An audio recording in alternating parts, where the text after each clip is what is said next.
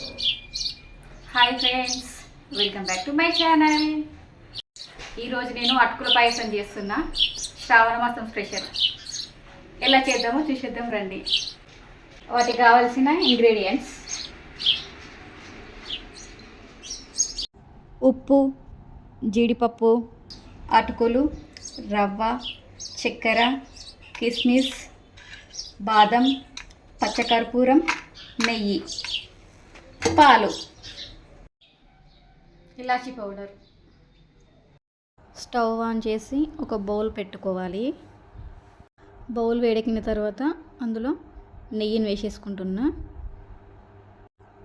నెయ్యి first 1 table spoon వేసేసుకొని dry ఫ్రూట్స్ని వేయించేసుకుంటున్నా.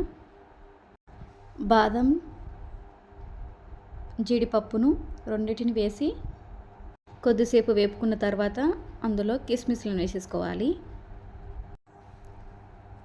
కిస్మిస్లు బాగా వేగిన తర్వాత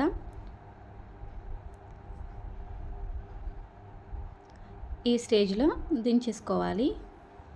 బాగా లావుగా అవుతాయి కిస్మిస్లు, ఆ టైంలో తీసేసుకోవాలి. తర్వాత అదే బౌల్లో ఇంకొక 1/2 టేబుల్ స్పూన్ నెయ్యిని వేసి అటుకులను వేయించుకోవాలి. అటుకులు ఒక 10 నిమిషాలు వేపుకున్న తర్వాత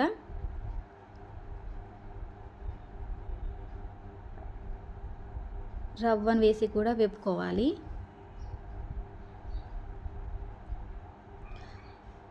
ఇలా అటుకుల పాయసంలో రవ్వ వేయడం వలన పాయసం చాలా టేస్ట్గా ఉంటుంది. ఇలా అటుకులు రవ్వ వేగిన తర్వాత ఒక బౌల్లోకి తీసేసుకోవాలి. మళ్ళీ నేను అదే బౌల్ని క్లీన్ చేసి పాలను వేడి చేసేసుకుంటున్నా. పాలు బాగా మరగాలి.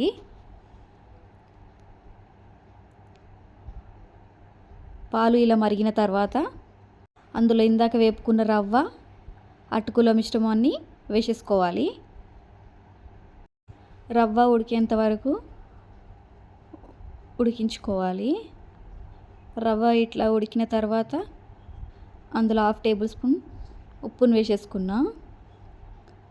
6 టేబుల్ స్పూన్ చక్కెరను వేసేసుకోవాలి.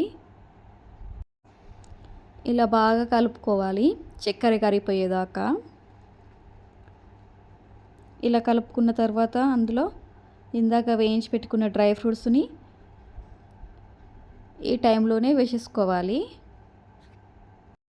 రవ్వ పాయసం చాలా అంటే చాలా టేస్ట్గా ఉంటుంది. ఒకసారి ఖచ్చితంగా ఇలా ట్రై చేయండి. నా వీడియోస్ నచ్చినట్లయితే నా ఛానల్ని సబ్స్క్రైబ్ చేసుకోండి, లైక్ చేయండి. ఇలా మరుగుతున్న టైంలో 1/2 టీ స్పూన్ ఇలాచీ పౌడర్ని వేసుకోవాలి. ఇలాచీ పౌడర్ వేసిన 5 మినిట్స్ తర్వాత పచ్చకర్పూరాన్ని అలా నలిసి వేసేసుకోవాలి. పచ్చకర్పూరం పాయసంలో వేస్తే చాలా అంటే చాలా టేస్ట్గా ఉంటుంది. ఖచ్చితంగా ఇలా ఒక్కసారి వేసి ట్రై చేయండి.